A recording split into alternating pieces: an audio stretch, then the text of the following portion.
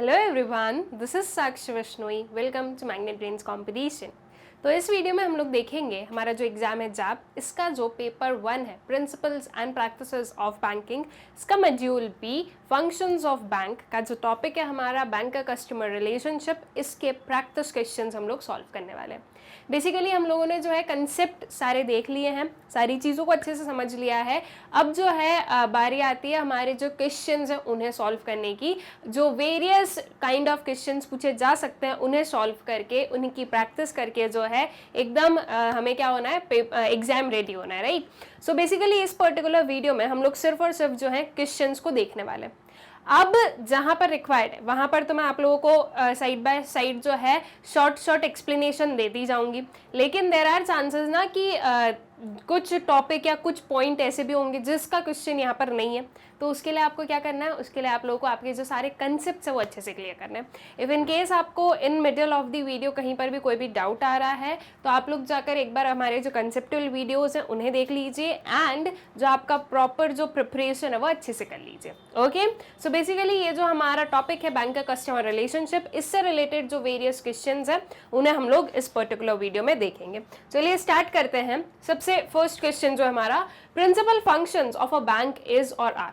देखिए, मैंने जब ये पर्टिकुलर मॉड्यूल आप लोगों को एक्सप्लेन किया था तब भी मैंने बहुत अच्छे से आप लोगों को एक एक चीज़ बताई कि ये जो मॉड्यूल है, जो हमारा मॉड्यूल बी है, उसमें बहुत सारी मैक्सिमम चीज़ें ऐसी हैं जो कि आप आपकी डेली लाइफ में बहुत ज़्यादा, आपका जो डेली वर्क लाइफ है, ठीक है, उसमें जो है आप इसे बहुत ज़्यादा अप्लाई करते हैं एंड इन सारी चीज़ों से डील करते हैं। सो ये जो हमारा मॉड्यूल बी है ये बहुत ज़्यादा टफ या डिफिकल्ट नहीं है, ये आपका जो डे टू डे सिनेरियो है उससे रिलेटेड है। तो इफ इन केस अगर आप लोगों को कोई एक टॉपिक अगर छूट भी गया, वैसे तो ऐसा मत कीजिएगा, डायरेक्टली जो है एक बार रीड कर लीजिएगा, बहुत ज़्यादा टाइम कंज्यूम नहीं करेगा ये।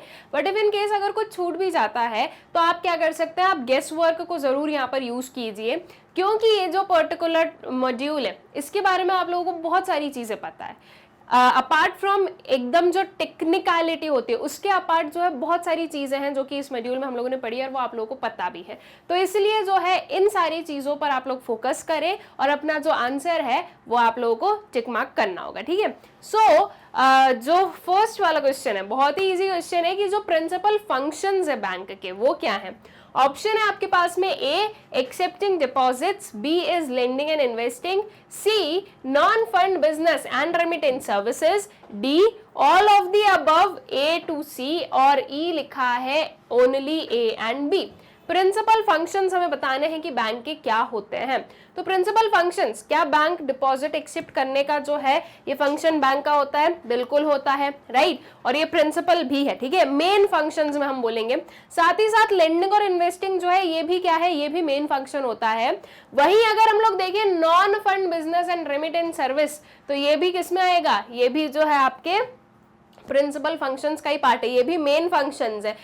जो एक बहुत ही ज्यादा मेन जो फंक्शन होते हैं जो कि हर एक बैंक को, इफ अगर उसे बैंक कहलाना है, इफ अगर जो है उसे हम बैंक के नाम से जाने, तो जो दो मेन फंक्शंस होते हैं that is accepting deposit and lending money, ये तो कंपलसरी है। लेकिन अगर हम आज की डेट में देखें तो ये भी क्या है, ये भी एक प्रिंसिपल फंक्शन बन चुका है, राइट। अगर जो है जो बैंक्स हैं वो अगर कोई नॉन फंड बिजनेस या फिर जो है कोई रेमिटेंस सर्विसेज नहीं प्रोवाइड कर रही है, सो दैट मीन्स कि वो बैंक फॉर श्योर लॉस में जाने वाली है।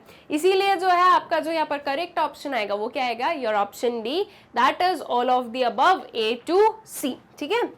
Then in deposit accounts, the main relationship between a bank and a customer is, deposit account में जो रिलेशनशिप होता है एक बैंक और उसके कस्टमर का वो कैसा होता है, bank is a creditor and customer is a debtor, ठीक है।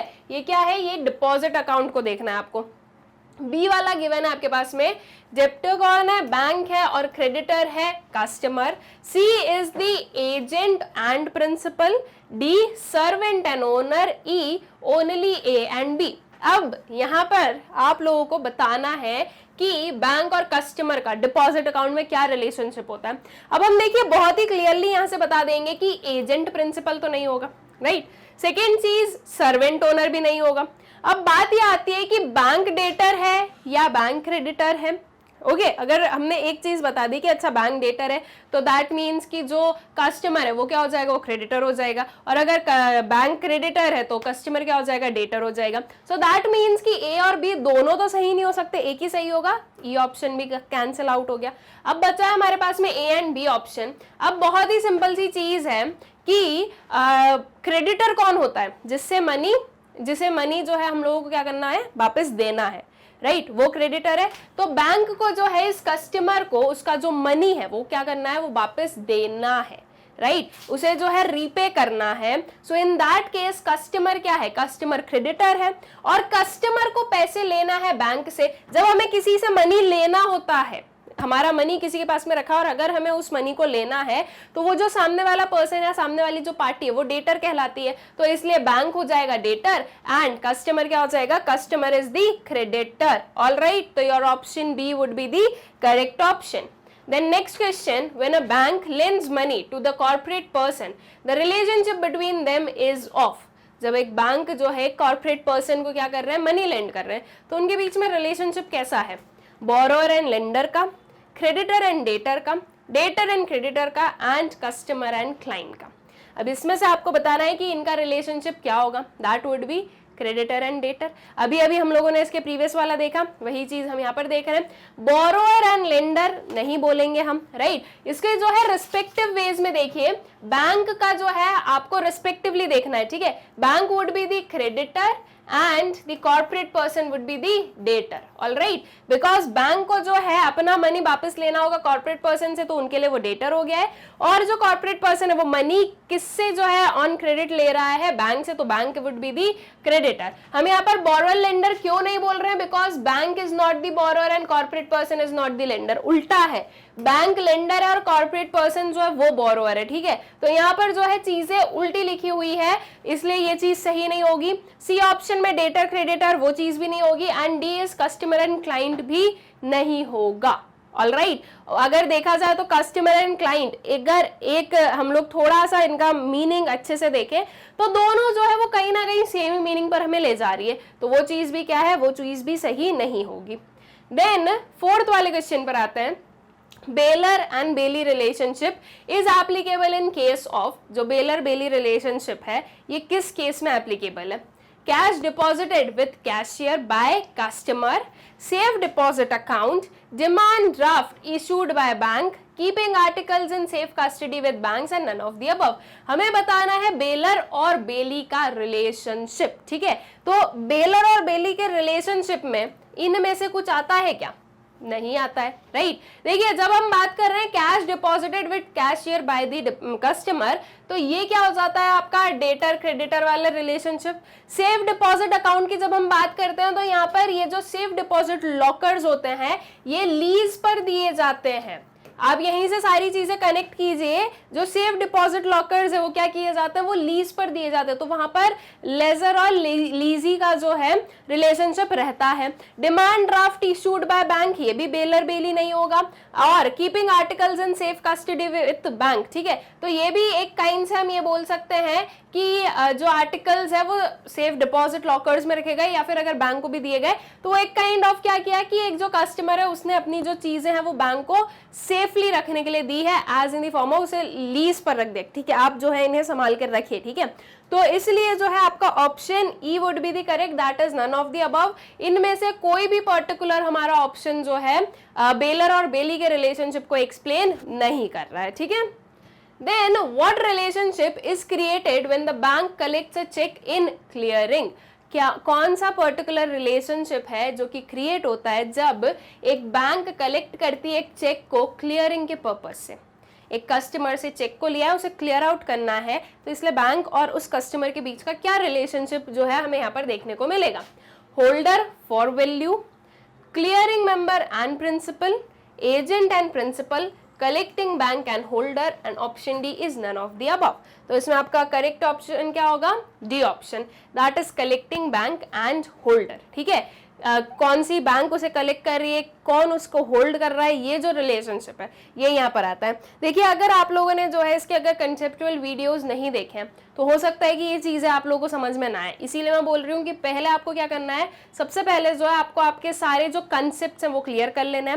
हम लोगों ने बहुत ही अच्छे से जो है सारे ये जो बैंकर और कस्टमर के रिलेशनशिप्स होते हैं डिफरेंट, इन सारे रिलेशनशिप्स को जो है अच्छे से पढ़ा है।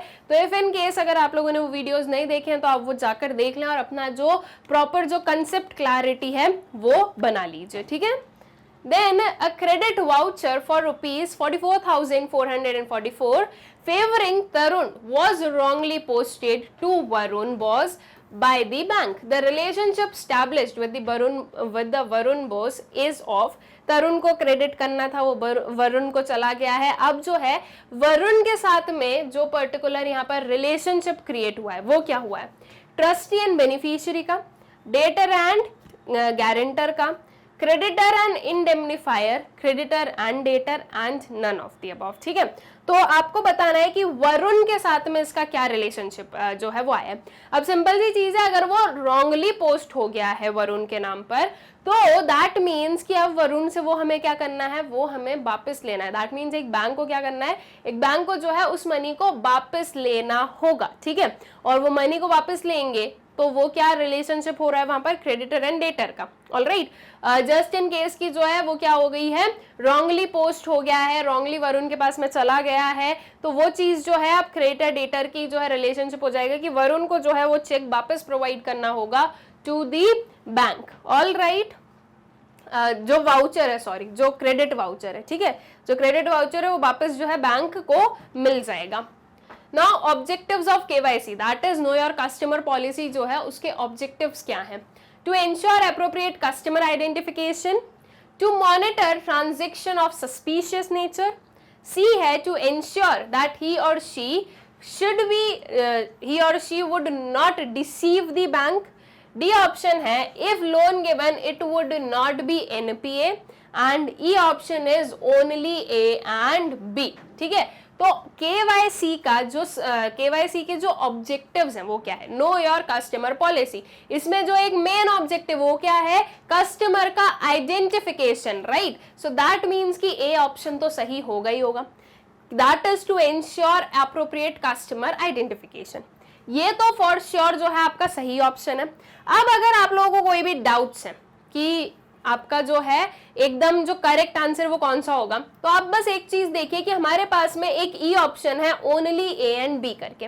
अब या तो आप एक ऑप्शन को सही मार्क कर सकते हो ए वाले को, या फिर आप ई को मार्क कर सकते हो जिसमें कि ए और बी दोनों आ रहे हैं। इससे हमें क्लियरली समझ में आ गया कि सी और डी जो है ये तो हमारे करेक्ट ऑप्शन नहीं होंगे। ऑब्वियस सी बात है, केवाईसी क्यों किया जाता है, एक कस्टमर को आइडेंटिफाई करने के लिए, ठीक है। और अगर कोई भी पर्टिकुलर जो है रॉन्ग ट्रांजैक्शंस हो जाए तो वो हेल्प करता है, वो जो केवाईसी है वो हेल्प करता है कि उस पर्सन को जो है पकड़ा जा सके। बिकॉज अगर केवाईसी नहीं होगा तो कोई भी कुछ भी कर रहा है तो उससे चीजें समझ में नहीं आएगी। तो जो केवाईसी है उससे जो है जो ट्रांजैक्शंस हैं सस्पिशियस नेचर के वो भी मॉनिटर किए जाते हैं और किए जा सकते हैं। तो इसलिए जो है आपका ऑप्शन ई करेक्ट होगा, that is only A and B, that is customer identification plus monitoring of the transactions of the suspicious nature. तो आपका option A sorry option E that is only A and B जो है ये correct option है। KYC का मतलब ये नहीं होता है कि भैया अगर आपने लोन दे दिया तो एनपीए नहीं हो सकता है, बिल्कुल हो सकता है, केवाईसी के बाद में होता ही है, ऑब्वियस सी बात है, ठीक है। और जो है will not receive the bank, तो ये चीज भी सही नहीं है, केवाईसी के बाद में भी बैंक को जो है रिसीव किया जा सकता है। वो तो सिर्फ और सिर्फ बैंक्स जो हैं या ये जो केवाईसी है ये इसीलिए जो है कंपलसरी बनाया गया, मैंडेटरी बनाया गया, ताकि जो है ये एनपीएस वगैरह हो तो उस पर्सन को हम प्रॉपरली जो है पकड़ सकें, ठीक है। कोई सस्पिशियस नेचर के ट्रांजैक्शंस हो रहे हैं तो उसे जो है मॉनिटर किया जा सके।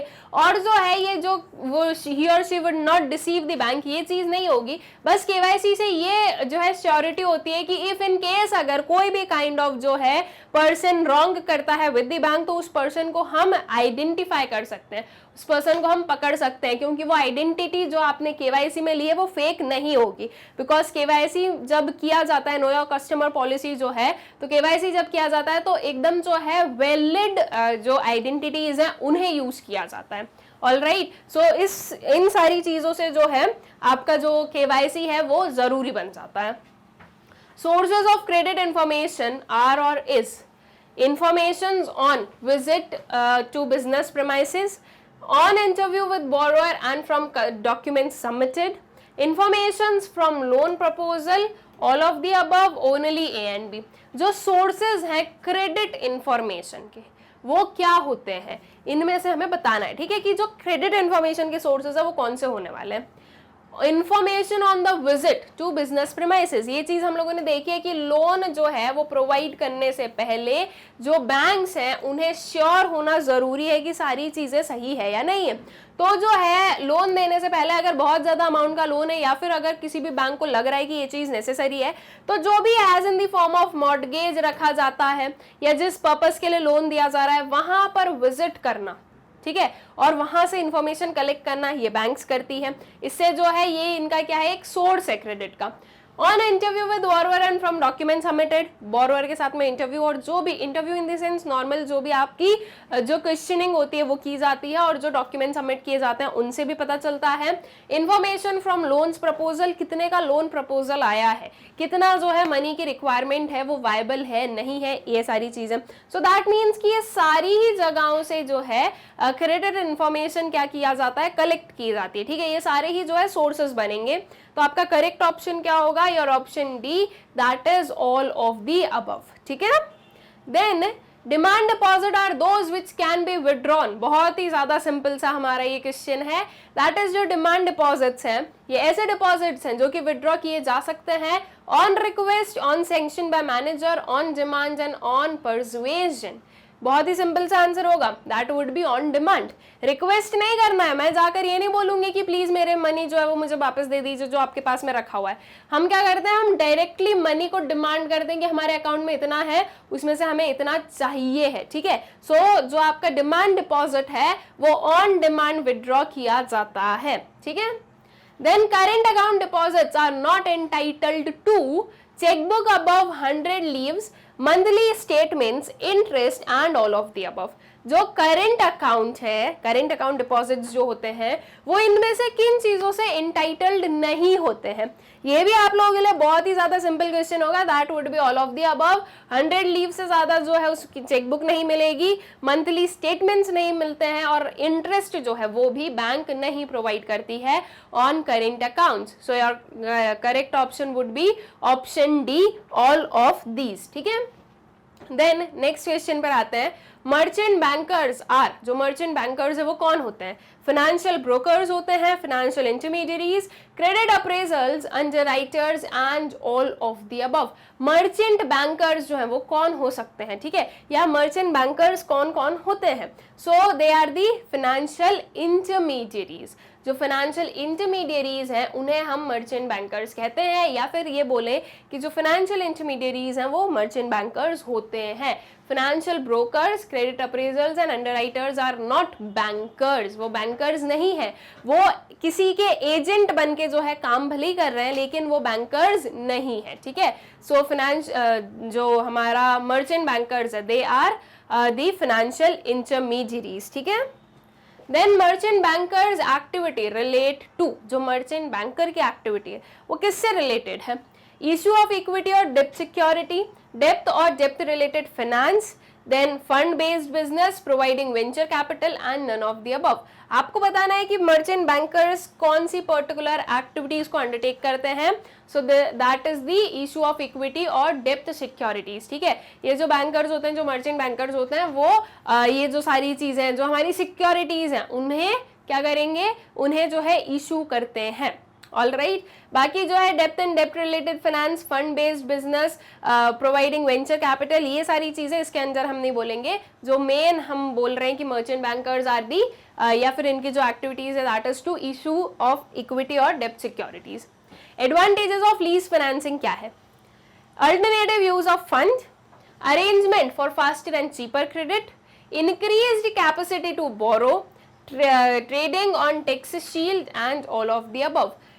लीज फाइनेंसिंग के एडवांटेजेस हमें बताना है कि लीज फाइनेंसिंग जो है उसके क्या पर्टिकुलर एडवांटेजेस हैं. तो इसमें से आपका क्या होगा, your option E, that is all of the above. Alternative use of the funds हो रहा है, राइट. कि जो फंड्स ऐसे ही रखे हैं उनका क्या हो रहा है, उनका कोई अल्टरनेटिव यूज हो रहा है, तो वो चीज बेटर है। उसके बाद में arrangement for faster and cheaper credit, right, as in the form of अगर आपने लीज फाइनेंसिंग किया तो किसी भी चीज को लीज रख के क्या किया है, जो है फास्टर और चीपर क्रेडिट जो है वो मिला है। इंक्रीज्ड कैपेसिटी टू बोरो हो जाता है, और ट्रेडिंग ऑन टेक्स शीट, ये सारे ही क्या है, ये सारे ही जो लीज फाइनेंसिंग है उसके एडवांटेजेस बनते हैं। ऑल राइट, अब इसी के साथ में आ जाता है कि डिसएडवांटेजेस क्या है लीजिंग के। ओके, डिसएडवांटेजेस भी होंगे ना, तो ऑप्शंस देखते हैं। Deprivation of asset ownership, deprivation of asset in case of default, attachment on owner going insolvent and none of the above, और E ऑप्शन है all of A to C। ठीक है, तो E ऑप्शन बोल रहा है कि A to C सारे सही हैं, डी ऑप्शन बोल रहा है कि कुछ भी सही नहीं है। तो इसमें से करेक्ट ऑप्शन क्या होगा जब हम डिसएडवांटेजेस की बात करें, that would be all A to C। Deprivation of asset ownership, lease financing है, जब हम लीज पर कोई चीज देखते हैं तो इसमें क्या होता है, इसमें जो है जो ओनरशिप है वो ट्रांसफर हो जाती है, राइट। मैंने अगर as in the case of lease कुछ दिया तो अभी क्या हो गया, आप जो है ओनर हो गए, ठीक है। सो जो है डेप्रिवेशन क्या हो गया, असेट की ओनरशिप का। उसके बाद में जो है deprivation of asset in case of default, अगर मैं जो हूँ पेमेंट नहीं कर पाई, रीपेमेंट नहीं कर पाई टाइम पे, तो वो क्या होगा, वो असेट जो है जिस भी पर्टिकुलर पर्सन को दिया है वही रख लेगा, वो मुझे वापस नहीं देने वाला है। सेकेंड चीज, attachment on owner going insolvent, ठीक है, जो ओनर अगर इंसॉल्वेंट या फिर मैं अगर इंसॉल्वेंट हो गई तो इन दैट केस जो ओनर है वो उस पर्टिकुलर एसेट को रख लेंगे, राइट। तो इस केस से क्या हो गया कि ये सारी जो चीजें हैं ये डिसएडवांटेजेस हो जाते हैं किसके, लीज फाइनेंसिंग के या लीजिंग के। Then comes to the disadvantages or to credit card holders। जो क्रेडिट कार्ड होल्डर्स है उनके लिए क्या चीजें डिसएडवांटेजेस है। Options are over spending and डेब्ट trap, B is frauds due to loss और थेफ्ट ऑफ कार्ड्स, सी है आपका forged signatures, D forged chargeship, D E option है all of the above A to D. ठीक है, जो ई वाला है वो ये सारा बोल रहा है, और जो ए ऑप्शन है वो बोल रहा है, सॉरी एफ ऑप्शन है वो बोल रहा है कि ए और बी सही है। अब यहाँ से आपको बहुत ही क्लियरली पता है कि ऑप्शन ए और ऑप्शन बी तो बिल्कुल करेक्ट है कि ये डिसएडवांटेजेस होते हैं क्रेडिट कार्ड के। अब बात आती है कि सी और डी भी क्या इसका पार्ट होंगे, सो यस वो भी इसका पार्ट होंगे, राइट। फॉर्ज सिग्नेचर हो गया, फॉर्ज चार्जशिप स्लिप्स हैं, तो इनकी वजह से भी जो है जो मतलब क्रेडिट कार्ड होल्डर्स हैं उनके लिए क्या है, उनके लिए डिसएडवांटेजेस है, ठीक है। या उनके जो डिसएडवांटेजेस हम लोग देखें अगर क्रेडिट कार्ड होल्डर्स का, तो all of the above A to D आने वाला है, that is over spending and डेब्ट ट्रैप जो है ये हम देखते हैं इसमें। Second case fraud due to loss और थेफ्ट ऑफ कार्ड्स, ठीक है, फॉर्ज सिग्नेचर्स हो सकते हैं और फॉर्ज जो है चार्ज स्लिप्स भी उसमें हमें देखने को मिल सकती है। Then the difference between the credit and the debit card is that card holders account dash, ठीक है। अब क्या इनमें से क्या है जो कि उसको completely अच्छे से फिल कर रहा है, क्रेडिट एंड डेबिट कार्ड जो डिफरेंस है उसके बारे में। Gets debited immediately on using a credit card, ठीक है। जो डिफरेंस है between a credit and debit card is that the card holders account gets debited immediately on the use of credit card. क्या ये चीज है, होती है क्या, नहीं होती है, राइट। जब हम क्रेडिट कार्ड को यूज करते हैं तो हमारा अकाउंट डायरेक्टली डेबिट नहीं होता है, हम जो है जब उसे डेबिट करते हैं, जब हमारे क्रेडिट कार्ड के जो चार्जेस हैं वो हम पूरे कंप्लीट करते हैं तब हमारा अकाउंट डेबिट होता है। इनिशियली हमारा अकाउंट डेबिट नहीं होता है, because credit cards are a kind of loans, right. एक जो है शॉर्ट टर्म या जो है शॉर्ट अमाउंट स्मॉल अमाउंट के जो लोन्स हैं वो हम बोल सकते हैं। सो ये चीज़ क्या है, ये बिल्कुल गलत है। Gets debited immediately on using a debit card, debit card को आपने जैसे यूज किया वैसे ही जो है क्या हो जाता है, हमारा जो अकाउंट है वो डेबिट हो जाता है। क्या ये बात सही है, बिल्कुल सही है। Does not gate debited immediately on using of debit card, debit card को जैसे ही आपने यूज किया वैसे ही जो है वो डेबिट नहीं होगा आपका अकाउंट। क्या ये बात सही है, बिल्कुल नहीं, ये गलत है। डेबिट कार्ड हम जब भी यूज करते हैं तो जैसे ही हम उसे यूज करते हैं वैसे ही हमारा अकाउंट क्या हो जाएगा, उतने अमाउंट से डेबिट हो जाता है। But in credit card the case is opposite, ठीक है। तो अकॉर्डिंगली आपका correct option would be your option B, that is gets debited immediately on using a debit card. All right, then आते हैं नेक्स्ट पर, credit risk to a bank is high from. Credit card holders, debit card holders, both of the above, none of the above. जो credit risk है किसकी, bank की, वो किससे high है, क्रेडिट कार्ड होल्डर्स के केस में ज्यादा है, डेबिट कार्ड होल्डर्स के केस में ज्यादा है, या दोनों में, या फिर किसी में भी नहीं। बहुत ही सिंपल सा आंसर है, दैट इज योर ऑप्शन है credit card holders. Debit card holder से रिस्क वाली कोई चीज ही नहीं है, राइट क्योंकि डेबिट कार्ड तो तभी यूज हो सकता है जब उस पर्सन के अकाउंट में मनी होगा। अगर अकाउंट में मनी नहीं है तो आगे की कोई प्रोसेस ही नहीं होगी, कोई क्रेडिट रिस्क ही नहीं होगा, राइट। तो इसलिए बी ऑप्शन तो कहीं से कहीं तक सही नहीं हो सकता 1% भी। सो that means your correct option would be your option A, credit card holders, ठीक है। Then the bank which pays the merchant for the transaction is called as, ऐसी बैंक जो कि मर्चेंट को पे करती है उनके ट्रांजेक्शन्स के लिए, उन्हें क्या कहा जाता है, issuer bank, clearance bank, acquiring bank and none of the above. So the correct option would be acquiring bank, ठीक है। जो बैंक एक्वायर कर रही है वो अपने मर्चेंट्स को क्या करेगी, ट्रांजेक्शन के लिए पे करती है, ठीक है। या ये जो पर्टिकुलर प्रोसेस है इसके लिए जो बैंक जिस टर्म से हम जानते हैं that is the acquiring bank, all right. Then hybrid deposit means, hybrid deposit का मतलब क्या होता है, combination of savings account and current account, combination of demand deposit and fixed deposits, combination of monthly income scheme and half yearly scheme and none of the above। हमें क्या बताना है, हमें बताना है हाइब्रिड डिपॉजिट स्कीम, ठीक है, means, ठीक है। तो हाइब्रिड डिपॉजिट में क्या देखते हैं, डिमांड डिपॉजिट और फिक्स्ड डिपॉजिट दोनों का combination is known as hybrid deposit. सिर्फ और सिर्फ सेविंग और करेंट नहीं आएगा, सेविंग और करेंट तो किसका पार्ट हो गया, आपके डिमांड डिपॉजिट का पार्ट हो गया। और जब हम हाइब्रिड की बात करते हैं तो demand deposit and fixed deposit दोनों का कॉम्बिनेशन जो है हमें देखने को मिलता है।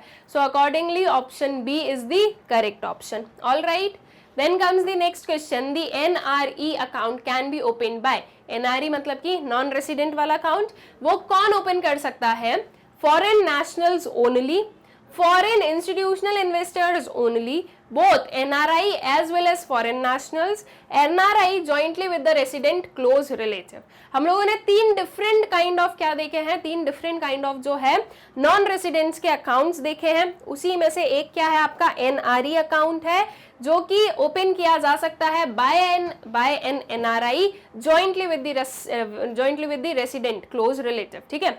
जो है कोई क्लोज रिलेटिव होना चाहिए उनका रेसिडेंट, उसके साथ में ये अकाउंट जो है ओपन किया जा सकता है जॉइंट वे में, all right. So I guess कि ये क्वेश्चन भी जो है आप लोगों को अच्छे से क्लियर हो गया होगा एंड आई होप सो कि ये हमारा जो टॉपिक है बैंकर्स एंड कस्टमर रिलेशनशिप, इससे रिलेटेड ये जो वेरियस हमारे प्रैक्टिस क्वेश्चंस सॉरी, ये सारे जो है ये आप लोगों को अच्छे से क्लियर आउट हो गए होंगे। विद दिस हम लोग जो है इस पर्टिकुलर वीडियो के एंड पर आ गए, लेकिन इसे एंड करने से पहले एक छोटी सी इन्फॉर्मेशन मैं आप लोग को देना चाहूंगी, दैट इज ये जो सारे वीडियोस है ये आप बहुत ही इजीली एक्सेस कर सकते हैं with the help of magnet brains official website. YouTube पर जो है हमारा चैनल मैग्नेट ब्रेन्स कॉम्पिटिशन, वहां से तो आपको ये वीडियोस मिलेंगे ही, लेकिन उसके अपार्ट आप इन सारे वीडियोस को जो हमारी वेबसाइट है वहां से भी एक्सेस कर सकते हैं। बहुत ही सिंपल प्रोसेस है, आपको वेबसाइट सर्च करनी होगी www.magnetbrains.com। तो जब ये ओपन होगी तब आप जब इसे स्क्रॉल करेंगे तो देखेंगे कि लेफ्ट हैंड साइड पर वेरियस कोर्सेज के ऑप्शंस हैं। इनमें से एक कोर्स है जैप कैब, इस पर आपको क्लिक करना है। उस पर क्लिक करने से इसके अंदर की जो वेरियस कोर्सेज की प्लेलिस्ट है वो आपके सामने विजिबल हो जाएंगी।